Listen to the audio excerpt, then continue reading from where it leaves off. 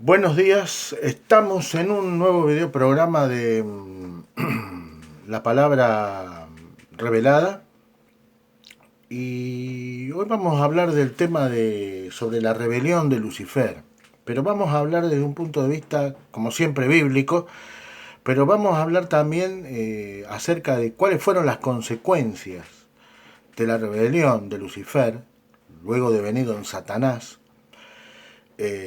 y cuáles son las consecuencias a futuro, o sea, qué perseguía aparte Satanás, cuál fue su plan al rebelarse contra Dios, al ser expulsado del tercer cielo de Dios, y cuál es de ahí en más cuál fue su plan. Ya desde el principio, cuando Satanás se revela, tal como lo revela en el libro tanto en el capítulo 14 del profeta Isaías como en el capítulo 28 del libro del profeta Ezequiel, las intenciones de Satanás, perdón, fueron que él quiere ser adorado. Ese es el pecado principal de Satanás, ¿no? Eso lo da a entender muy claramente tanto Isaías como Ezequiel cuando describen los orígenes de la creación de Satanás. Satanás no es un ángel caído, Ezequiel lo deja bien claro. Satanás fue un querubín, el querubín grande y protector, que tenía otra jerarquía, o sea, después de Dios prácticamente venía él, pero las intenciones que él tuvo desde el principio, una vez que fue expulsado junto a los que se unieron a su rebelión contra el Altísimo, una vez que fue expulsado del tercer cielo de Dios hacia el segundo cielo, que es donde hoy mora todavía, falta aún que sea expulsado a la tierra, pero ese no es el tema de este video. Este, lo que él persiguió, cuál fue su plan, lo que vamos más o menos a tocar hoy con respecto a lo que significó la rebelión de Satanás, de Lucifer también, eh, y cuáles son las consecuencias que trajo a la tierra hasta el día de hoy y las que va a traer a futuro. El objetivo principal de Satanás en su plan es ser adorado.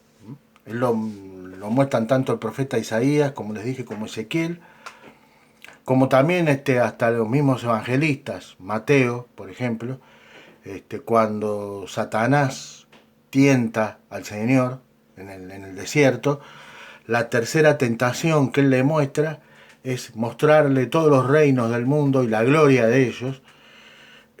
Cuando dice la gloria de los reinos del mundo, o sea, de los países, de las naciones, habla de el poder económico, el poder, todo lo que las riquezas, los recursos naturales, todo. Satanás lo dice bien claro, dice, todo esto te daré, le dice a Jesús, si postrado me adorases. O sea, ahí ya vemos que el objetivo del enemigo, el objetivo de Satanás es ser adorado. Ahora el tema es cómo él está tratando y está planificando desde tiempos, ya desde los tiempos, desde el preciso momento que Adán y Eva caen, él logra engañar a Adán y Eva para que desobedezcan a Dios y coman del árbol que no debían comer. Podían comer de todos los árboles, menos de uno. Y Satanás sedució, perdón, y engañó a nuestros padres en el Edén para que coman justamente de ese único árbol que no debían comer. Porque su plan estaba basado en eso, hacer caer, engañar a Adán y Eva, para luego producir no solo la caída del hombre, sino otras cosas que vamos a ir viendo en este estudio, que nos van a dar aparte. Este estudio nos va a dar una visión un poco más amplia de por qué la historia humana ha sido siempre teñida de guerras, de sangre, de crímenes, de asesinatos, y hacia el futuro, ¿no es cierto? ¿Por qué esta idea que hoy vuelve a revivir en estos últimos tiempos, porque ya estaba predicho también que así iba a suceder, esta idea del hombre, ¿no es cierto?, bajo el influjo de Satanás y sus huestes espirituales de maldad, de reivindicar todo este espíritu de Babel, ¿no? De ir hacia un solo gobierno mundial, una sola economía mundial, una sola religión mundial. Ya lo vamos a ver porque todo está conectado con este plan siniestro de Satanás desde el preciso momento que él cayó, fue expulsado del tercer cielo de Dios a nuestra fecha y va a tener consecuencias. Esta idea que Satanás también hoy, por medio, en estos últimos tiempos, por medio de sutilezas, él es maestro del engaño, es el padre de la mentira, dice Jesús, y está seduciendo a los gobiernos, está seduciendo al mundo, con como lo hizo en el Edén, ¿no? La estrategia del enemigo nunca cambia. Él siempre, Satanás tiene esa habilidad sobrenatural, como querubín que es, y ángel caído que es, tiene de mostrar, ponerle un paño bello a la maldad, a lo que engendra en realidad en esencia es malo para la humanidad. Así que bueno, vamos a empezar hoy, ¿no? Como lo dije muchas veces, todo lo que sucede, tenemos que tener en cuenta este principio, ¿no? Como lo dije muchas veces, todo lo que sucede en nuestro plano físico, existencial, de existencia, tiene su raíz, su porqué, en los planos espirituales existenciales. Todo lo que pasa, no algunas cosas, todo lo que pasa en nuestro plano físico existencial, de existencia, todo tiene su raíz en los planos espirituales existenciales. Esto es una guerra espiritual por sobre todas las cosas, que todo lo que se mueve en los planos espirituales termina decantando y manifestándose en nuestro plano físico existencial. Ahora bien, tenemos que también tener en cuenta que el hombre no es solo materia y razón, como algunas ideologías y filosofías disgregantes nos dicen, sino que también es alma y espíritu. Vemos en Génesis, por ejemplo, en Génesis 2, verso 7, lo dice claramente que el hombre es, por sobre todas las cosas, un ser, un alma viviente, ¿no? Dice en Génesis 2:7, dice, hizo el Señor Dios, modeló al hombre de la tierra e insufló en sus narices aliento de vida y el hombre llegó a ser un alma viviente. Fíjese porque las palabras tienen mucho que ver y nos dan ese clic para poder entender lo que realmente somos. No dice que el hombre fue un cuerpo viviente, un cuerpo de carne y sangre, sino que dice que el hombre fue un alma viviente, y de acá podemos nosotros decantarla, llegar a la conclusión de que el hombre no es un cuerpo solamente, como muchas ideologías y filosofías disgregantes y ateas nos dicen, que somos solo materia y razón, no, sino que el hombre, por sobre todas las cosas, la palabra de Dios nos está revelando algo muy importante que tenemos que tener en cuenta, y es que el hombre no es un cuerpo viviente, sino que es un alma viviente. A partir que Adán y Eva son engañados por las seducciones de Satanás, comiendo del árbol de la ciencia del bien y del mal, Dios les había advertido que el día que coman, o sea, Dios no les escondió nada a Adán y Eva, les dijo toda la verdad. Mirá, podés comer de todos los árboles que están en el huerto, de todos, excepto de uno solo, que es del árbol de la ciencia del conocimiento del bien y del mal. Porque el día que comas de ese árbol, ciertamente morirás. Y en esta frase del Señor, advirtiéndoles a Adán y Eva de que ciertamente morirían, no le estaba hablando solamente de una muerte física, de la muerte del cuerpo físico, sino que le estaba hablando justamente de la muerte espiritual. Como el hombre muere espiritualmente, o sea, la muerte del cuerpo físico, digamos así, es una consecuencia, es un efecto de haber desobedecido y comido de este árbol, que primero, del árbol del conocimiento de la ciencia del bien y el mal, lo que trajo a la humanidad fue primero la muerte espiritual, que luego se reflejó también en la muerte del cuerpo físico, que sigue hasta nuestros días. Ahora bien, El hombre entonces, tengamos en cuenta en esta primera parte, el hombre entonces no es un cuerpo viviente, tal como lo dice Génesis 2, verso 7, capítulo 2, verso 7, sino que es un alma viviente. ¿Por qué se produce la muerte física del hombre hasta los días de hoy? Porque el alma sale del cuerpo, el alma y el espíritu salen del cuerpo y el cuerpo sin el alma y sin espíritu no es nada. O sea, la carne, como se conoce, el cuerpo de carne y hueso y sangre, no es nada si no tiene el alma y el espíritu. Cuando se produce la muerte física, lo que sucede es que el alma y el espíritu abandonan este tabernáculo, este cuerpo lo abandonan y se produce lo que nosotros conocemos como la muerte física del individuo. Si bien seguimos, o sea, no nos morimos eternamente, lo que muere es nuestra parte física.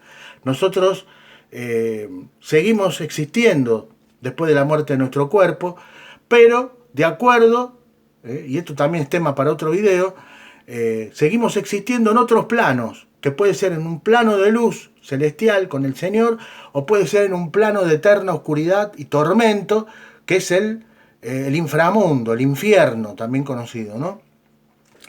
Así que bueno, en Isaías 14, acompáñenme, en Isaías 14, voy a hacer estas partes porque van a ser varias partes de este estudio, porque no lo puedo dar todo en uno, porque es un estudio bastante complejo y no se puede dar en uno solo, y yo quiero que todos puedan llegar a entenderlo, para poder así conectar con muchas de las cosas que hoy están pasando en nuestro mundo, ¿no? Todo esto del nuevo orden mundial, todo este espíritu babélico que está resurgiendo en estos últimos tiempos, comenzó acá, ¿no? Como les dije en el principio de este video, es parte del plan de Satanás para él llegar a ser adorado, en aquel que será su hombre, que es el anticristo.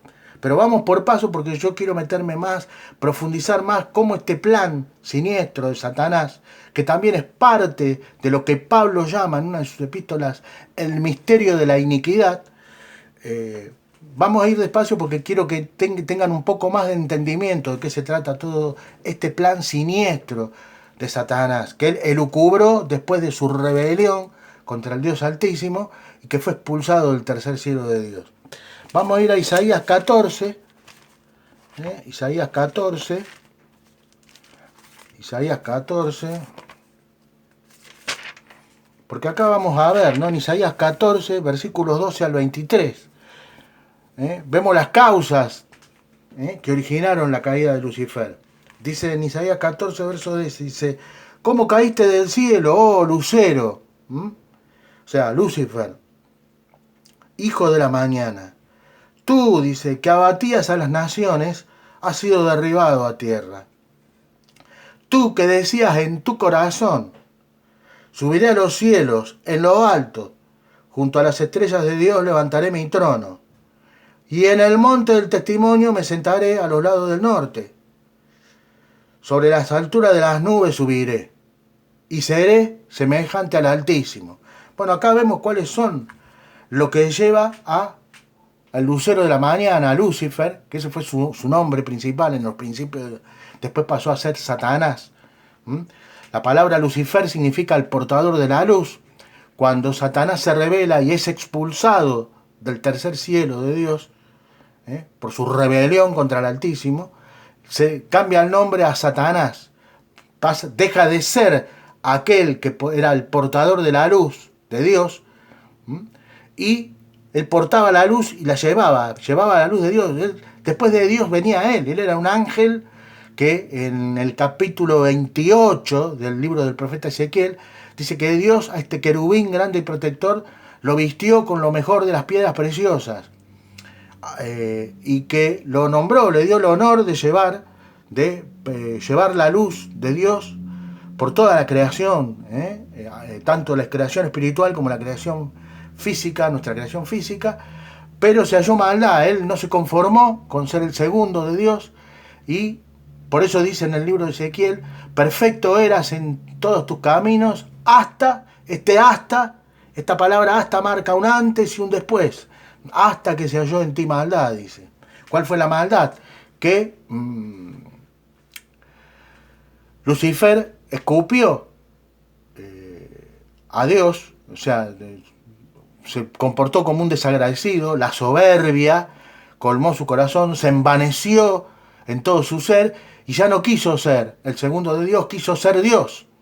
Porque fíjense que acá en la lectura que hacemos recién del capítulo 14 de Isaías, del verso 12 al 14, él dice que lo que el pensamiento de su corazón era tener un trono, levantar su trono por sobre el de Dios.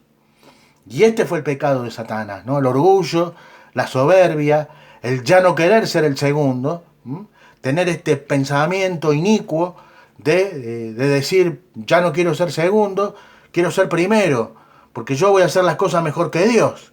Y a veces los hombres tenemos estos pensamientos, Satanás también nos seduce a nosotros como hombres muchas veces, y es uno de los grandes pecados y de las grandes seducciones que Satanás ha echado a rodar en el mundo de los mortales, ¿no? Creer que el hombre no necesita de Dios, ¿no? A través de diferentes ideologías, de diferentes filosofías,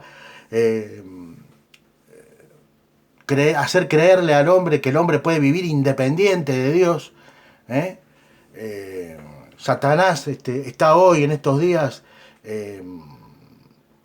fingiendo esta falsa rebelión a través de eufemismos, como la autoestima y todo eso. Fíjese que el primer autoestimado de los siglos fue Satanás. ¿Estoy diciendo con esto que la autoestima es mala? No. Estoy diciendo lo que dice el apóstol Pablo. El apóstol Pablo dice que nadie debe tener más estima de uno mismo que los demás. No sentirnos mejor que los demás, pero tampoco menos. Esa es la, digamos, autoestima de Dios. Y esta autoestima verdadera que Dios nos aconseja, es la autoestima que nos enseña a vernos a nosotros mismos como saber cuáles son, hasta dónde podemos llegar. Porque el problema de la autoestima que enseña el mundo es que está insuflada por el espíritu y la arrogancia satánica, que le quiere hacer creer al hombre que el hombre es un pequeño Dios. Nada me es imposible, no tengo límites. No tenés límites. Bueno, tenga cuidado con esos susurros, porque esos son susurros del enemigo. Son los susurros de Satanás, los mismos susurros que hizo en el Edén a Eva. La autoestima que viene de Dios es aquella autoestima que nos dice, que nos enseña a discernir hasta dónde podemos llegar, como hombres, como mortales que somos. ¿Qué podemos hacer y cuáles son nuestros límites? El hombre no es Dios. Tenga cuidado, porque esa es otra de las trampillas de la autoestima que hacen todos estos motivadores humanos, ¿no?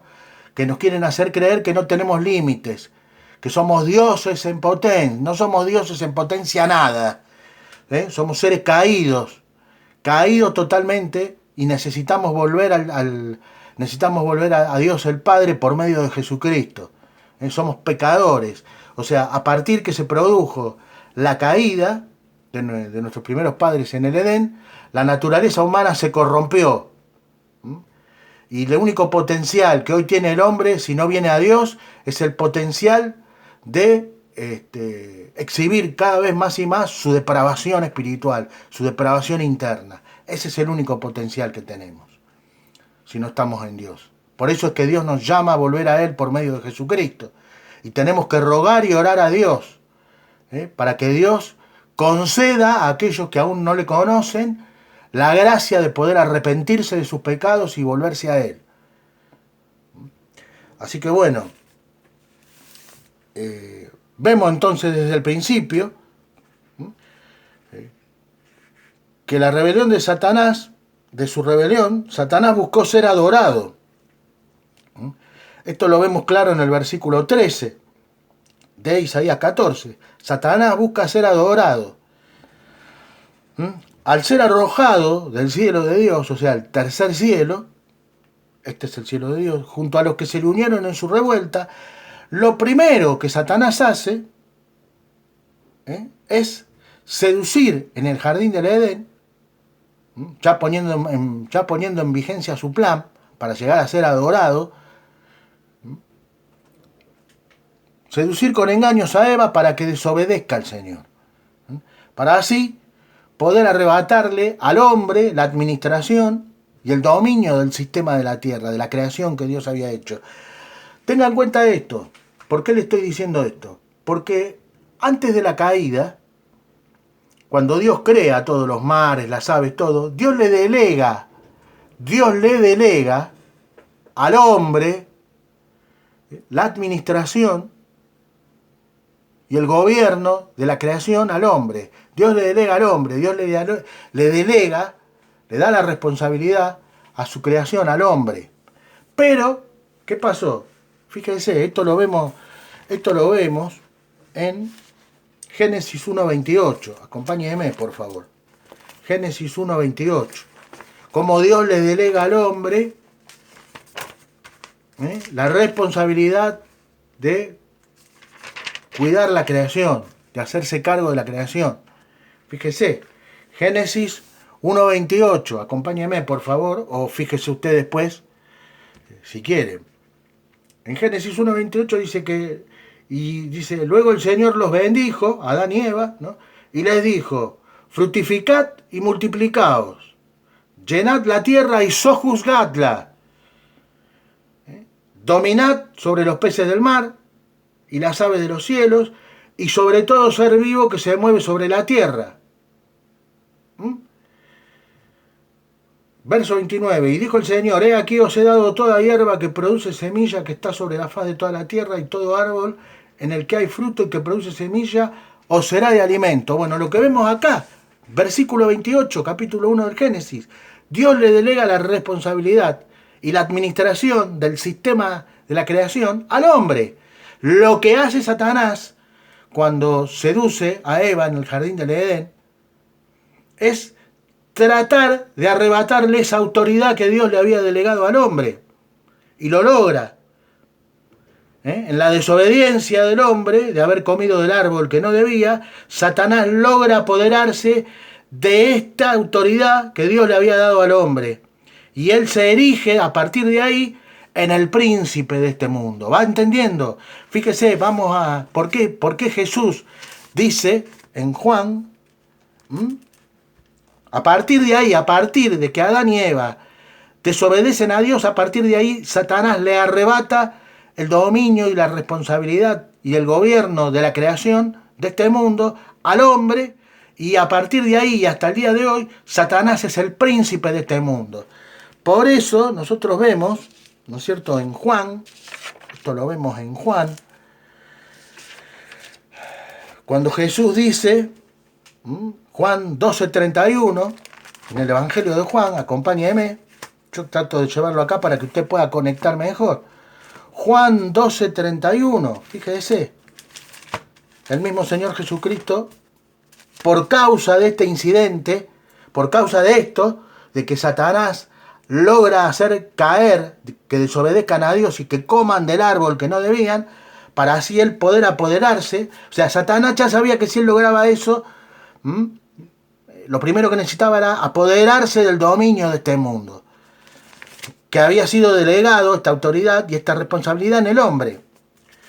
Vamos, Juan 12:31. Una vez que Satanás lo logra, sería la fase primigenia de su plan.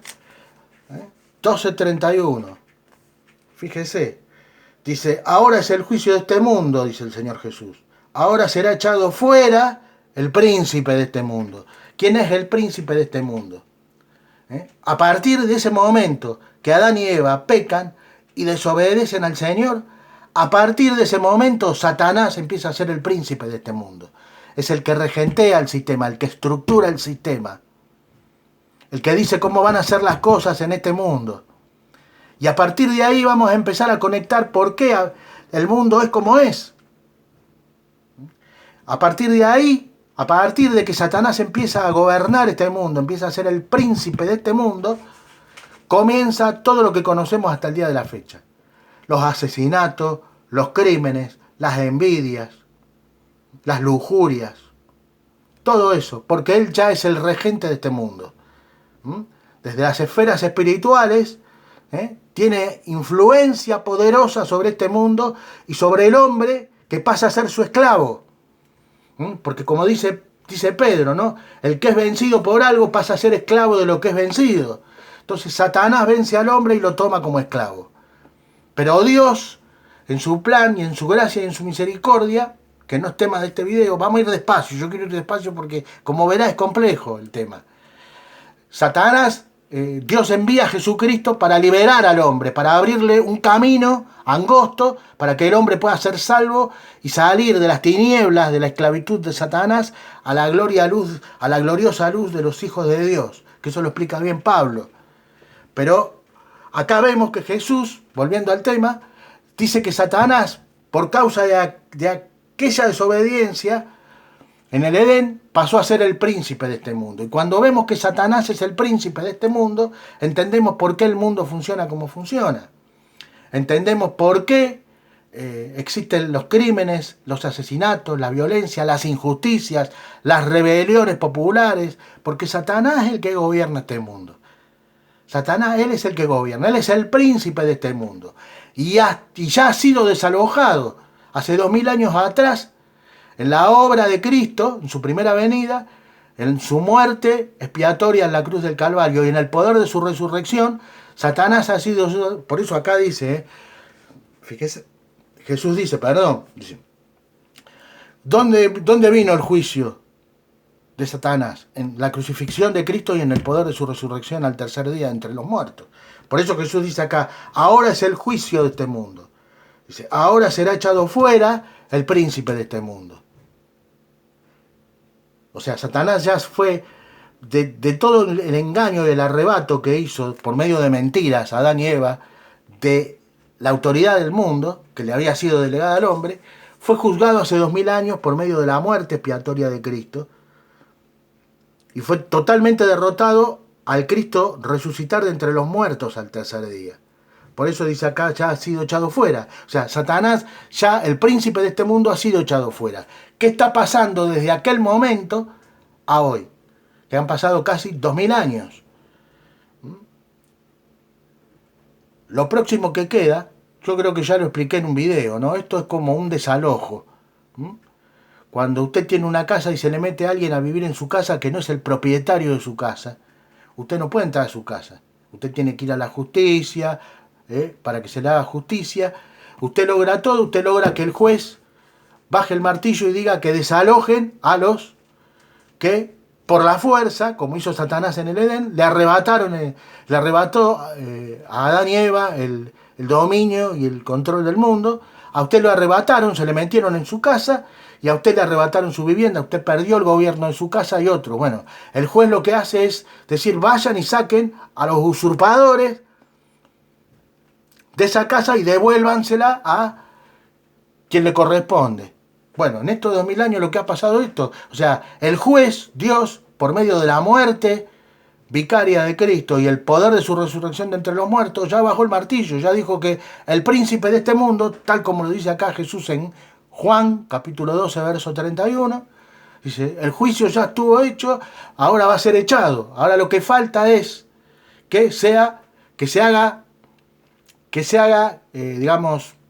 se consuma la expulsión de Satanás como príncipe de este mundo, y esto va a ocurrir al final de los 7 años de la gran tribulación, en la batalla de Armagedón. Pero esto ya es un tema para un próximo video. Vamos a ir despacio. Yo en el próximo video vamos a seguir con este tema de la rebelión de Lucifer, Satanás. Después, ¿cuál fue el segundo paso? O sea, el primer paso de Satanás fue primero arrebatarle la responsabilidad y el dominio de la creación al hombre, hecho que lo consuma cuando seduce a Adán y Eva en el jardín del Edén, haciéndoles comer del árbol que no debían comer. Pero también, una vez que logró esto, él ya se sienta como príncipe de este mundo, hasta el día de hoy. Hasta que Cristo venga y lo termine de expulsar, termine la expulsión, termine el desalojo, digamos, ¿no? El segundo plan que tuvo el enemigo, para en su meta ser adorado por todas las naciones del mundo, es edificar la famosa Torre de Babel, que curiosamente la palabra Babel significa confusión. Pero esto va a ser el tema del próximo videoprograma de esta serie, la rebelión de Lucifer. Este es el primer programa, quiero ir despacio y explicando. Si usted tiene alguna pregunta me la puede hacer en la caja de comentarios. Pero en el próximo videoprograma de esta serie, la rebelión de Lucifer, causas y consecuencias, vamos ya a entrar en lo segundo que hizo Lucifer, que fue la Torre de Babel. La Torre de Babel es clave para entender, y tengan en cuenta que todo este tema de la Torre de Babel está muy conectado a lo que hoy estamos viendo que se conoce como nuevo orden mundial. Pero vamos a ir despacio. Bueno, hoy lo vamos a dejar acá. Hoy lo vamos a dejar acá. Espero que hayan podido entender las conexiones. Si tienen dudas, otra vez les digo, me pueden dejar la pregunta en la caja de comentarios. Yo lo voy a dejar acá hoy. Espero que tengan una buena semana. Nos estaremos viendo en un próximo video programa de la palabra revelada. Gracias por estar ahí. Compartan este video con quienes crean que les puede interesar el tema. Y nos estamos viendo. Que tengan buena semana. Chau, chau.